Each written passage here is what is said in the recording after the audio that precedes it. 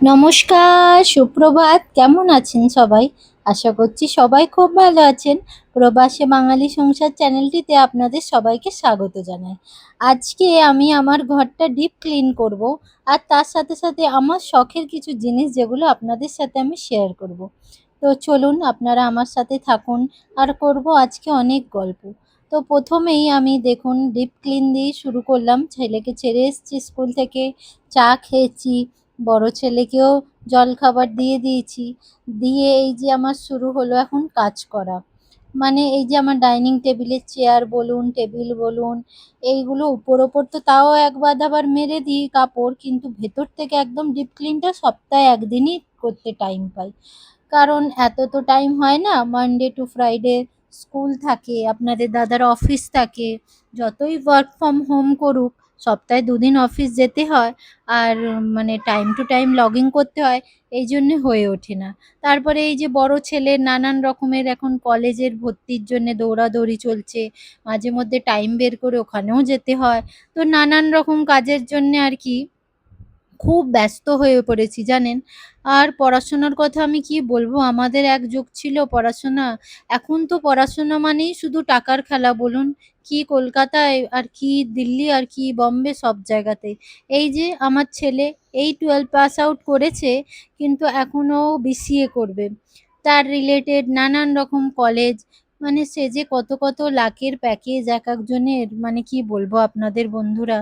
খুবই চিন্তায় আছি জানেন তো। একটা ভালো কলেজ, শুধু কি আপনি টাকা দিয়েই মুক্ত হবেন না, টাকা দিয়েও আপনি মুক্ত হবেন না।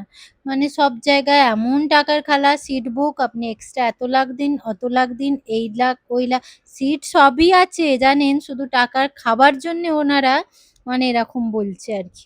তো যাই হোক, কি আর করা যাবে, আপনাদের সাথে এই মানে শেয়ার করতে করতে দেখুন আমি এই কত কাজ সেরে ফেললাম। এই আমার এই শু র‍্যাক, এই আমার এই আলমারি, এই সবগুলো ভালো করে ডিপ ক্লিন, ডাইনিং টেবিল সব ডিপ ক্লিন করলাম। আমি না এই সব ফার্নিচারগুলো আমার খুব শখের জানেন। আমি বেশি লম্বা চওড়া মানে ফার্নিচার পছন্দ করি না। ছোট হবে, সুন্দর ডিজাইন হবে, সুন্দর করে ঘরটাকে সাজিয়ে রাখবো। যেমনিই ঘর হোক না কেন, ভাঙা হোক, চোরা হোক, ছোট হোক, হচ্ছে তো নিজের ঘর বলুন। নিজের ঘরটাকে ভালো করে সাজিয়েই রাখতে হয়। আর এই যে ফ্রিজ ম্যাগনেট গুলো দেখছেন না, এইগুলো আপনাদের দাদার খুব শখ কালেক্ট করা। যেখানেই ও ঘুরতে যায় ও করে এই ফ্রিজ ম্যাগনেট কালেক্ট। আর আমি করি এই যে এই সুন্দর সুন্দর শোপিস, এই যে এই আর্টিফিশিয়াল প্লান্ট, ছোট ছোট সফট টয়, এইগুলো। এই যে ছোট ছোট বুদ্ধদেবগুলো এই বুদ্ধদেবগুলোর না জানেন মিনিংফুল। এই যে দেখুন, একজন যিনি চোখ বন্ধ করে আছেন মানে তুমি খারাপ জিনিস দেখো না, একজন মুখে হাত দিয়ে আছেন মানে তুমি খারাপ কথা বলো না, একজন কানে আঙুল দিয়ে আছেন মানে তুমি বাজে জিনিস শোনো না, আর একজন গালে হাত দিয়ে আছে তুমি মানে বাজে চিন্তা করো না। তো এই জিনিসটার থটটা খুব ভালো জানেন তো। আচ্ছা চলুন, হলো অনেক জ্ঞানের কথা। এই যে দেখুন এই সোফাটা জানেন, এটা আমার খুব শখের সোফা। আর এইটা দেখুন একটা ছোট্ট সোফা, কিন্তু এল সাইজের সোফা, আজকাল ট্রেন্ড চলছে না এল সোফা। কিন্তু যাদের স্পেস কম, বাড়িতে জায়গা অনেক কম, তারা এই ধরনের সোফা আপনারা ডিজাইন করে নিতে পারেন। খুব সুন্দর লাগে জানেন সোফাটা। চাইতো আপনি এলও রাখতে পারেন বা এমনিও রাখতে পারেন, এটা এমনিও বেনে যায়। আর এই যে আমার ঘরটা গুছানো গুছানো কমপ্লিট। এবার বহুদিন পর আজকে আপনার দাদা এনেছে মাছ। তো মাছ খাবো, তাই মাছের ঝোল ভাত বানাবো বলে নুন হলুদ মাখিয়ে নিচ্ছি মাছটাতে। তারপরে আর কি ভাজবো, ভেজে ওই সিম্পল ঝোল খাবো। এদের মানে আমাদের বাড়িতে আবার কেউ মাছের মধ্যে আলু বা পেঁপে পটল সবজি দিয়ে ঝোল খেতে একদম পছন্দ করে না জানেন। একটু মাছটাও মাখো মাখো হবে, তাহলে এরা খেয়ে নেয়। তাহলে আর এদের কিছুই লাগে না, না হলে ভীষণ ঝামেলা এদের। তো এই যে মাছটা নুন হলুদ মাখিয়ে রেখেছি, এবার ভাজবো আর কি রান্না করব। বন্ধুরা, 1:30টা বেজে গেছে, ছেলেটির ছুটি হয়ে যাবে। আজকে বানিয়েছিলাম তো মাছের ঝোল ভাত, আপনাদের তো দেখালাম মাছটা নুন হলুদ মাখাচ্ছি। তো মাছের ঝোল ভাতই বানিয়েছি, আর তো কিছু হয়নি বেশি। তো চলুন ছেলেটাকে নিয়ে আসি, এসে তাকে আবার অনেক বুঝিয়ে শুনিয়ে আজকে খাওয়াতে হবে, সে আবার মাছ খায় না। তার জন্যে ডাল বানিয়েছি, অমলেট বানিয়ে দেবো। তো চলুন, এই যে তার ছুটি হয়ে যাবে এবার, 1:45 তো ছুটি হয়ে যায়। তো তাকে নিয়ে আসি, এসে আবার ভাত খেতে খেতে আপনাদের সাথে কথা বলবো। এই যে ছেলেটিকে নিতে এসেছি, তাকে আগে নিয়ে নিই, আজকে আবার তার ডিমান্ড আইসক্রিম খাওয়াতে হবে, সেটাও আমাকে আজকে পূরণ করতে হবে ওর। বন্ধুরা দেখুন আইসক্রিম খাচ্ছি স্কুলের থেকে বেরিয়ে। খাও করলে ভালো, এখনই খাবো, ঘরে গিয়ে মেল খাবো বাবা। और वो दे दो एक एक कप कप दे दो। हाँ 20 वाला दे दो। 10 ही ना 10 छोटे ये छोटे। खाइएगा ये नहीं भैया कप दे दो।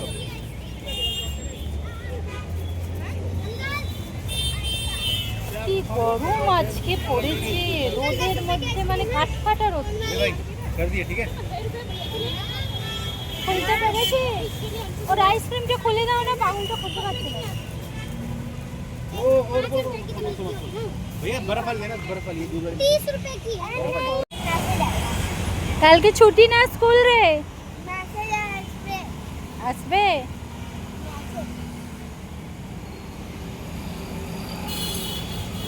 খেতে গিয়ে কার্তিকাই পড়ে গেছে, এবার কি দিয়ে খাবো আমি আইসক্রিমটা? বন্ধুরা এখন বাজে বিকেল 5টা 10। দুঃখের কাহিনী আমি কি বলবো আপনাদের। এই যে আমাদের দিল্লিতে যে জলের গাড়ি মানে ট্যাঙ্কারটি আসে, সেটি তো আজকে শুক্রবার, আজকেই আমার এখানে ট্যাঙ্কারটি আসে। তো সেই সব কাজ ধাজ করে মিটিয়ে আমি এই চান করেছি, দেখুন এখনো সিঁদুরও পরিনি। ভাবতে পারছেন কি জীবন আমাদের এখানের মানুষের।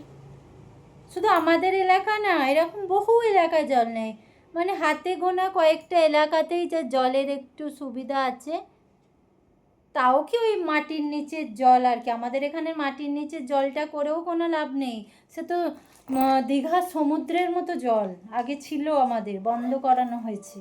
কারণ সে দীঘা সমুদ্রের মতো জল, সে থেকে আপনার ওই পাইপ টাইপ জং লেগে যায়, তারপরে এই যত ট্যাপ ঘরের সব খারাপ হয়ে যাচ্ছে, কোমোট খারাপ হয়ে যায়, দুদিন পরে পরে মিস্ত্রি ডাকতে হয়, পাইপ জম হয়ে যায়, সে নোনা জল গিয়ে গিয়ে সিমেন্টের মতো পাথর হয়ে যায় পাইপের মুখ, আর দুদিন পরে পরে এই প্লাম্বার ডাকো, এই ড্রেন সাফ করানোর লোক ডাকো, সে মানে ভয়ঙ্কর এক ঝামেলা ছিল, তাই জন্যে তাকে করানো হয়েছে বন্ধ।